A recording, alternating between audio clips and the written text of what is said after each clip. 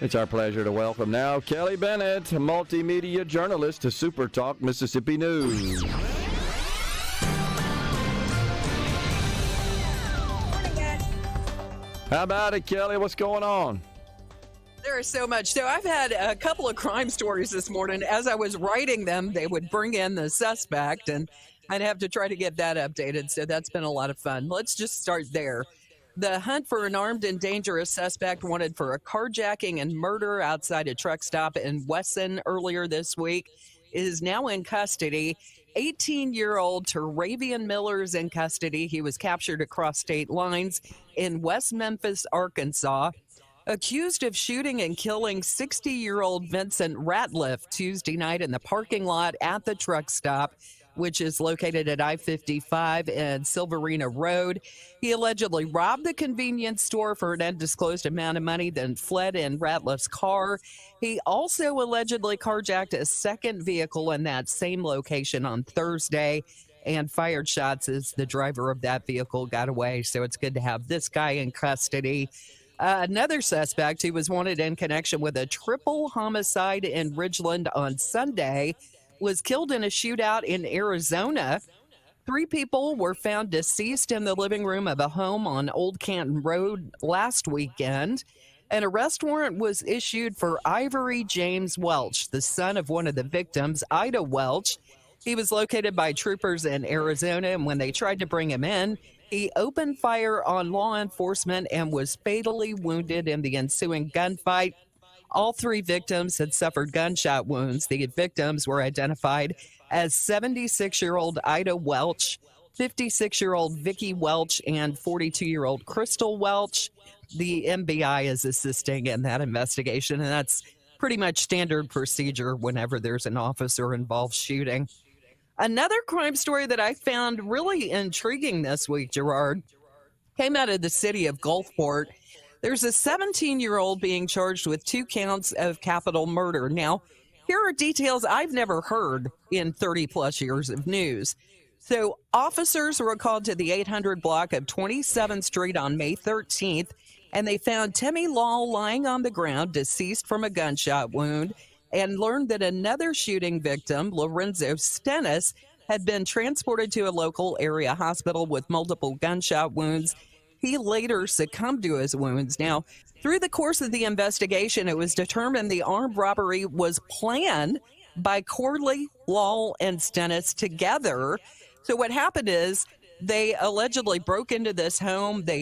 Police say they knew the homeowners, and the homeowners shot him. So there's no charges filed against the homeowners who were the victims of the break-in, but they are charging Corley with 2 counts of capital murder. I've never seen anything like that happen. I thought that was really interesting. That is bizarre. Okay, I think I'll stop and take a break and breathe there, Gerard. Yeah, I mean, it's yeah, exactly. Well, I appreciate all that information. It's sad that we're having this rash of violence in the Magnolia State over the past week. It's disturbing, and I hope it's not a trend that continues. And I hear you talk about it a lot. And I think the saddest part of the crime wave is the age of the people that are perpetrating these crimes. I mean, they just seem to get younger and younger. Yeah, totally agree. It's bizarre. No doubt about it. What about just on the legislative front? I mean, of course, we're all sine-died up now, and hasn't been a lot going on. Have you seen any stories, any news that has surfaced since the legislature gavelled out and took off for the year? They won't be back again until January. Anything that's still being discussed?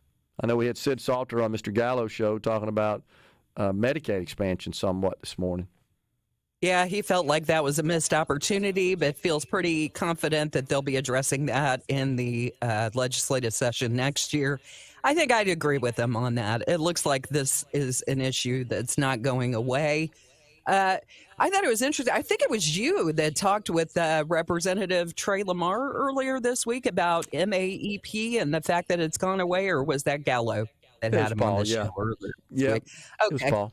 Well, He had more details on this. So we've got legislation that's going to change the way public schools in our state are funded. That has now been signed by the governor. That was one of the big accomplishments of the legislature this session that just wrapped up.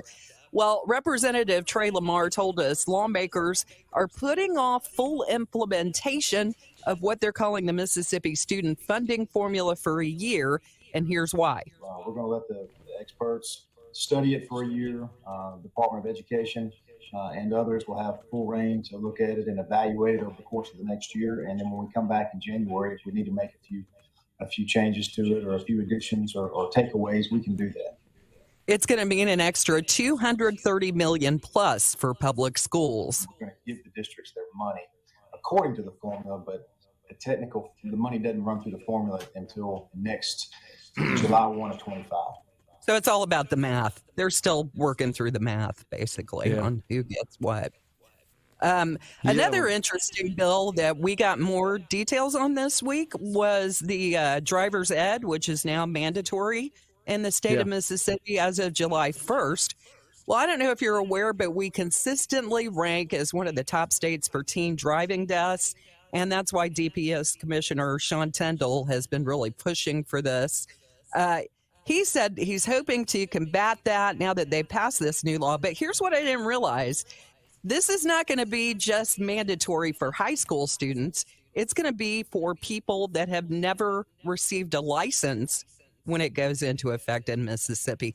Listen to what DPS Commissioner Sean Tindall had to say. It's the 26-27 school year that it'll actually start over the next year. The superintendent for the Department of Education and I will get together and formulate the program. And then we'll also have to look at ways that we can institute a program, not just for students in high schools, but for any driver that has never had a driver's license. We'll have to show proof of taking some sort of driver's education course. So we'll have to set the curriculum for adults as well. That's the first time I'd heard that. Yeah, I didn't know that either. I thought that was pretty interesting. Yeah. Yeah. There was a story that I believe JT did the online piece. JT Mitchell, our news director, did the online piece earlier this week. This was really interesting. Nearly 2 decades after Hurricane Katrina, one of 236 Mississippi victims has now been identified. A search and rescue team discovered the remains of an unidentified individual between 2 slabs in the St. Martin area about a week after the storm. They didn't have enough information to find out who this female was, so she was buried as Jane Love in Pascagoula. Well, the case went cold until Othram came in. I don't know if you're familiar with the work that Othram is doing, but they go in and use this genealogy technology to help identify the victims in these cold cases. And thanks to their efforts, she has now been positively identified as Tanette Jackson. She and her husband were forced into the attic of their home when floodwaters began to rise. She was eventually swept away. Her identification represents the 27th case in the state of Mississippi alone where officials have publicly identified an individual using this technology, which was actually developed by Othram. Interesting. How about that? Did you happen to hear the interview we conducted with the narrative intelligence contact from Ole Miss? I think it was yesterday, wasn't it, Rhino? We were talking about narrative intelligence, just kind of a new category of artificial intelligence. And the purpose of this new technology is to essentially scour the internet for some topic, some category, to assemble all the various chatter and content on the internet related to it, and then summarize that and present the results. I mean, very rapidly for decision making. I thought it was fascinating. It's fascinating. Well, think about it. We had a story this morning. The state auditor's office is using new technology that basically it does the same thing. It's a new tool. It looks through all these old unemployment fraud cases, and they've actually made they've got one indictment out on this thing already. But using this new technology, they're able to go back and look at these cases, identify people that might have been working together to get money that wasn't really due. I mean, technology is moving fast. It really is. Only way to do it. Can't do it with humans. I mean, it's impossible. There's not enough cycles in the day to do that manually. So you got to have some sort of augmentative technology to cull through all that information and essentially make some connections and present it, make some decisions. But we got to go. Kelly, always good talking to you. Appreciate the update. Thanks a lot, guys. Have a great weekend. You too. We're coming right back, folks, in the Element Wealth studio. We've got Jay McDaniel, Executive Director of the Mississippi Gaming Commission at 12.